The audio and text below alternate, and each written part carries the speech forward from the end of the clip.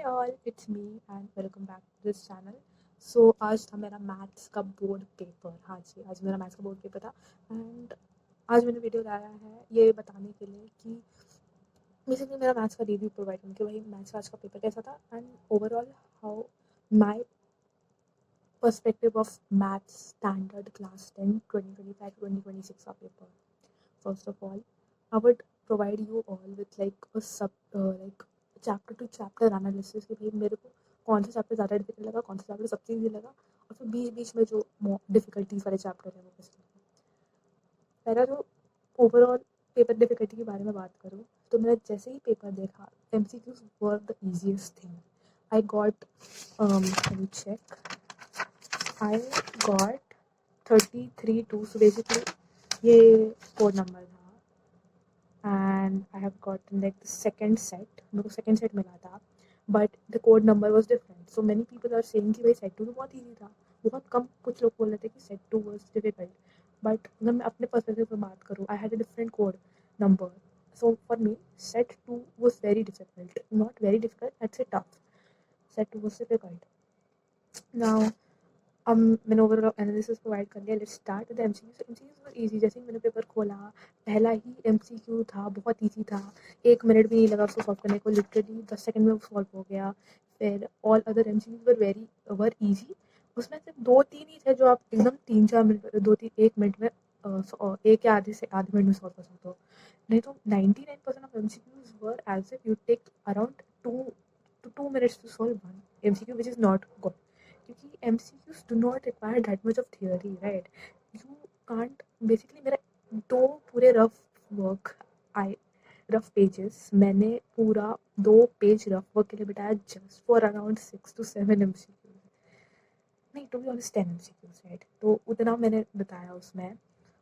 तो हाँ, MCQs were kind of long. MCQs की बात करें तो लेकिन ईजी थे. They were lengthy. I won't say they were not lengthy but they were very easy. तो MCQs वर ईजी. तो MCQs में I guess the most easiest thing was circles. बहुत ईजी था. और ट्रिग्नोमेट्री सर्कल्स एंड प्रोबेबिलिटी के जो भी question आए थे, इवन एपी के भी. AP and triangles. So circles हो गया, एपी हो गया, ट्रिग्नोमेट्री हो गया एंड आई सेड ट्रायंगल्स भी बोला शायद मैंने.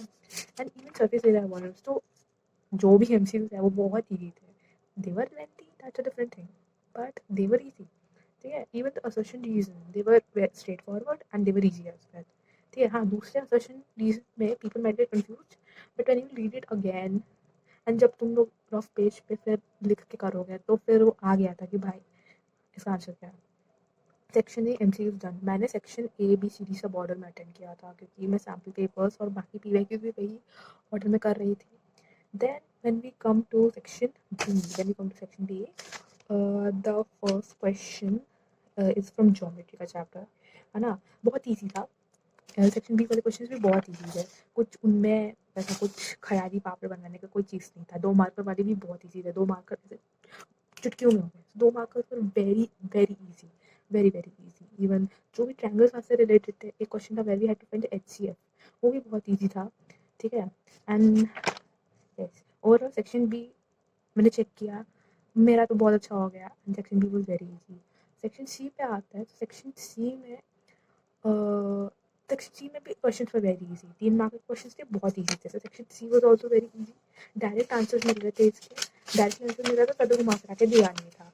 डायरेक्ट मतलब direct answer, straight forward question and straight forward answer. That's correct way to describe it. तो ये सब इजी थे. And there was obviously a question. ऐसा कोई CBSE का पेपर जाता, ऐसा कोई मैथ का पेपर नहीं जाएगा without a question coming to prove the irrationality of a number. कोई भी मतलब इरेशनल नंबर का इरेशनैलिटी प्रूव करने के लिए अगर वैसा कोई क्वेश्चन ना आए तो CBSE का पेपर ही नहीं है. तो वो तो क्वेश्चन आया ही आया. So that was also very good. तो सेक्शन डी पे जाए. सेक्शन डी में there were about 2 questions which required intense attention. Intense attention as I mean कि उसको 4-5 बार सोल्यूशन को चेक करना पड़ा था मुझे. अभी there was this applications of trigonometry का एक क्वेश्चन जिसमें मेरे को पहले थोड़ा डाउट हुआ but then I got it correct. लेकिन मैंने फिर चेक किया, फिर चेक करने के बाद भी वही आंसर आ रहा है. तो फिर I am pretty confident about it. घर आके मैंने चेक किया तो भी मेरा वही आ रहा था. सो हाँ, I am very much confident about it.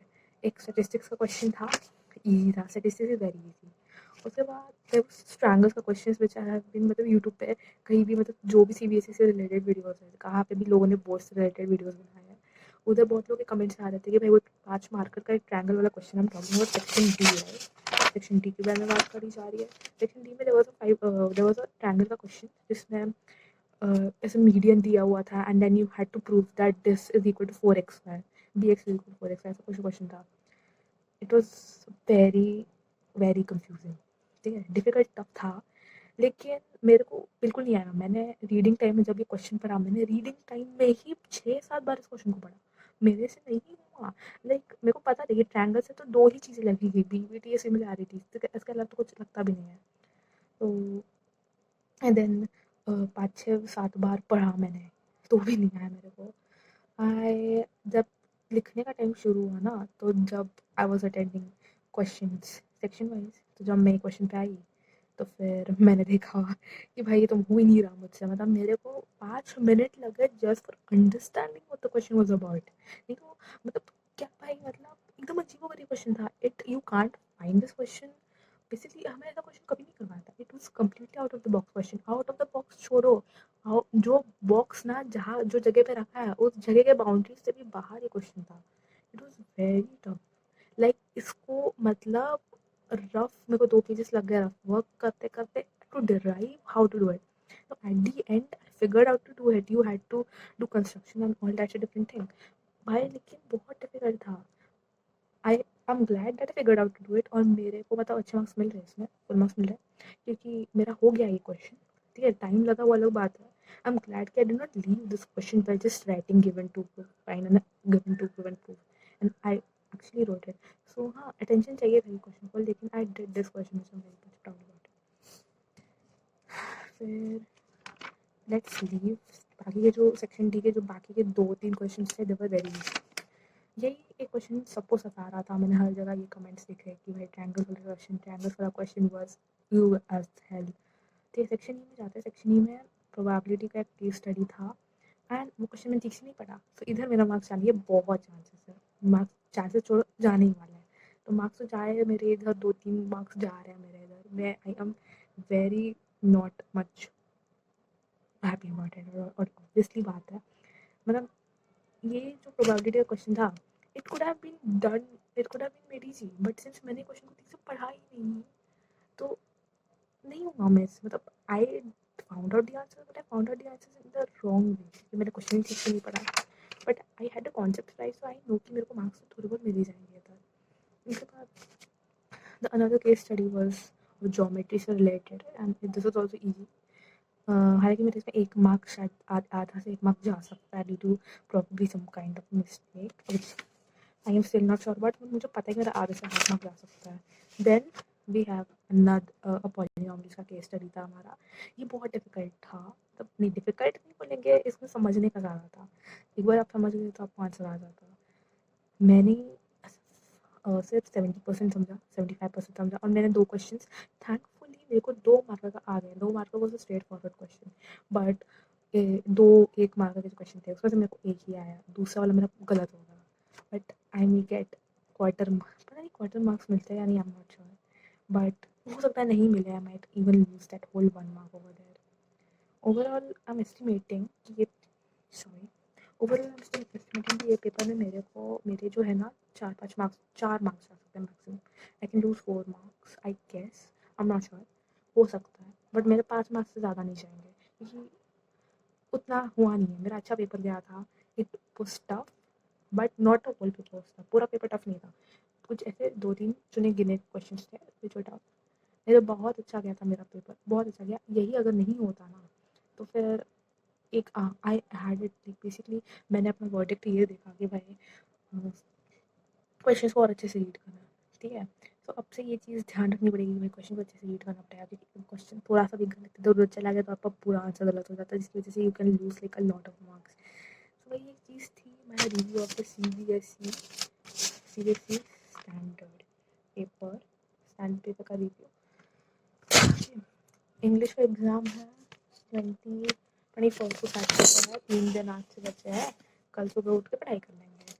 आज से पढ़ाई तो हालांकि मैंने शुरू कर ही दी है। फर्स्ट लाइट इधर रखी हुई है, मेरे नोटबुक में नोट्स रखे हुए हैं, इधर सब तो पढ़ाई शुरू कर ही दी है। मिलेंगे जब इंग्लिश रिव्यू होगा